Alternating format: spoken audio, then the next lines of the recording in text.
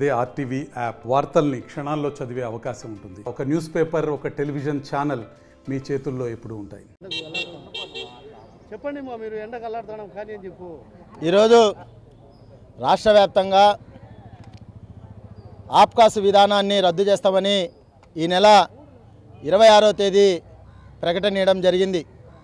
అట్లాగే 60 సంవత్సరాలు ఉండే వాళ్ళను 62 సంవత్సరాల నుంచి ఇవ్వండి, పర్మనెంట్ ఎంప్లాయీస్ సమానంగా అవుట్సోర్సింగ్ కాంట్రాక్ట్ కార్మికులను కానీ పెంచండి అని చెప్తే వాళ్ళు మళ్ళా జీవో విడుదల చేయడం జరిగింది.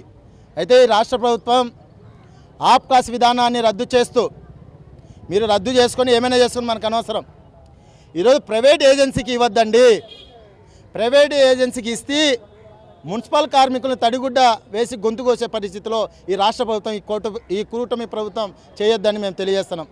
ఈరోజు ఎందుకు చెప్తున్నామంటే, ఆబ్కాస్ వస్తే నెల నెల వేతనాలు పడుతున్నాయి, ఆబ్కాస్ వస్తే ఈఎస్ఎఫ్ఈఎఫ్ సంబంధించింది ఉంది.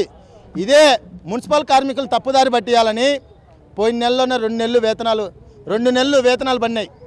అంటే పక్కదారి పట్టించేదానికి మున్సిపల్ కార్మికులను ఇబ్బంది పెట్టే పరిస్థితులు ఉన్నారు.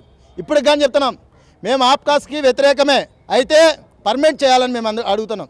ఎందుకంటే ఏ రాష్ట్ర ప్రభుత్వాలు వచ్చినా, అది బీజేపీ కానీ మన కూటమి ప్రభుత్వం కానీ, ఏ రాజకీయ పార్టీలు వచ్చినా పారిశుద్ధ కార్మికులు కానీ ఇంజనీర్ సెక్షన్ కార్మికులు కానీ బలిపశువు చేసేదానికే ఈ వ్యవస్థను తీసుకొని రావడం జరుగుతుంది. అంటే ఎవరు మారినా మనుషులు మారుతున్నారు కానీ పద్ధతి మారడంలా. ఈరోజు అవుట్సోర్సింగ్ కాంట్రాక్ట్ కార్మికులు ఏం పనికిమాలలాగా కనిపిస్తున్నారా? ఓట్లకైతే వాళ్ళ ఓట్లు కావాలి, ఓట్లకి వచ్చినప్పుడు అయ్యా దేవుడు ప్రభు అని ముక్కు దండాలు పెట్టుకుని ఓట్లు వేయించుకుంటారు. ఈరోజు ఇదే పవన్ కళ్యాణ్ గారు గుంటూరులో ఈరోజు ఇదే మున్సిపల్ కార్మికులందరినీ పిలిపించి మాట్లాడినారు. ఈరోజు మాకు సన్మానాలు ఏడొద్దు, స్వచ్ఛ భారత్ సన్మానాలు చేస్తున్నారు.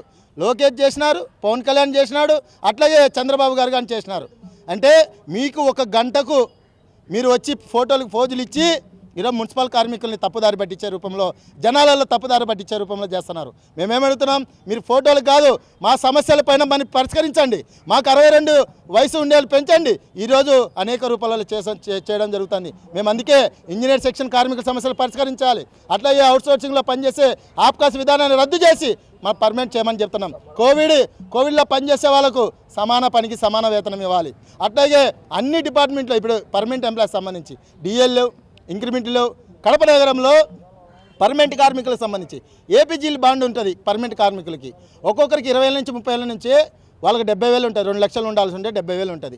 ఇక్కడ అడిగితే ఆఫీస్ స్టాఫ్ని అడిగితే మాకు సంబంధం లేదు, మేము ఏ సీట్లో ఉండమో ఆ సీట్లో అంటారు.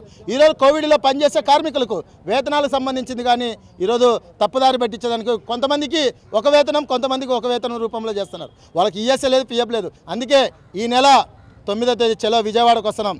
చలో విజయవాడకు వచ్చి మన మున్సిపల్ శాఖ మంత్రి నారాయణ ఇల్లు ముట్టడిచ్చేదానికి మేము సిద్ధమవుతామని. మరిన్ని వీడియోస్ కోసం ఛానల్ ని సబ్స్క్రైబ్ చేయండి, లేటెస్ట్ అప్డేట్స్ కోసం వాట్సాప్ ఛానల్ ని ఫాలో చేయండి, అండ్ లింక్ డిస్క్రిప్షన్ లో ఉంది.